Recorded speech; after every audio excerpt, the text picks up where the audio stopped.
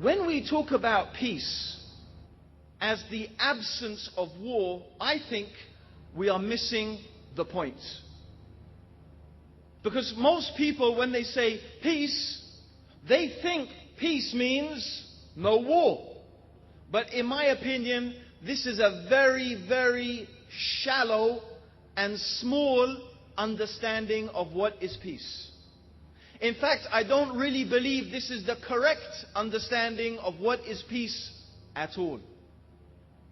And in fact, even the people who talk about peace the most, they don't even believe that. We can laugh, but actually, as a concept, it's not strange to the human being that we fight for peace, that we have war so we can live in peace. So therefore, peace does not mean the absence of war. Peace is something we feel inside. It's a state of happiness. It's a state of joy. It's a state of calm, tranquility, serenity. We don't feel worried. We don't feel depressed. We don't feel sad. We feel at peace. So true peace is something that is inside the human being. It is not something necessarily outside. So this is in fact the true peace. The true peace is the peace that is inside the human being. And everything else, in fact, is a type of false peace. Because we witness many societies that claim to be at peace. If you listen and study the propaganda and the brainwashing of the West, one of the things they claim all the time is, look, liberal democracy has brought peace to our nations for 40 years or 50 years or 60 years. If you listen to the propaganda of the West, one of the things they say is, look, Germany and France and England and America and Canada and Australia, they are at peace. By that they mean they are not fighting each other. But is this really true?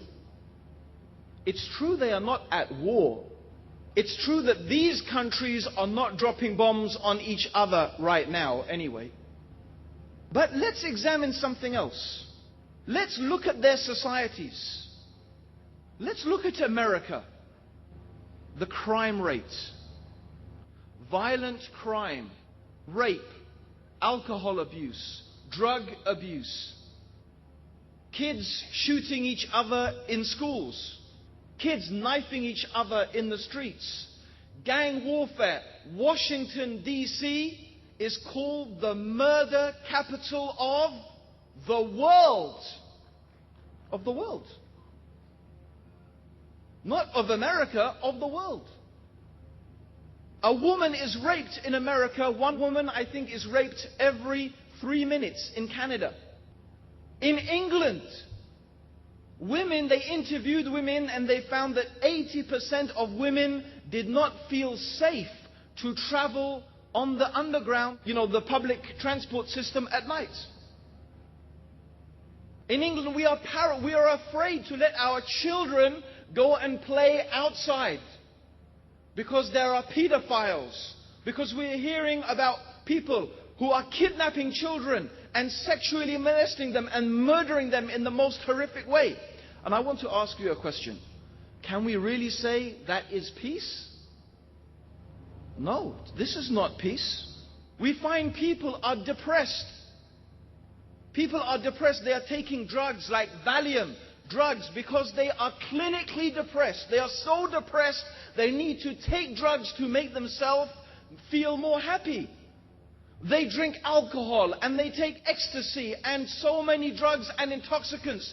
Does this sound like people who are at peace? No. In fact, you see, the promise of peace is a very narrow one. It's a very narrow concept. And this, in fact, is something that we have fallen into the trap of thinking the same thing. And we shouldn't do this. My contention tonight, and what I want to try and show tonight, is that Islam brings peace. True peace.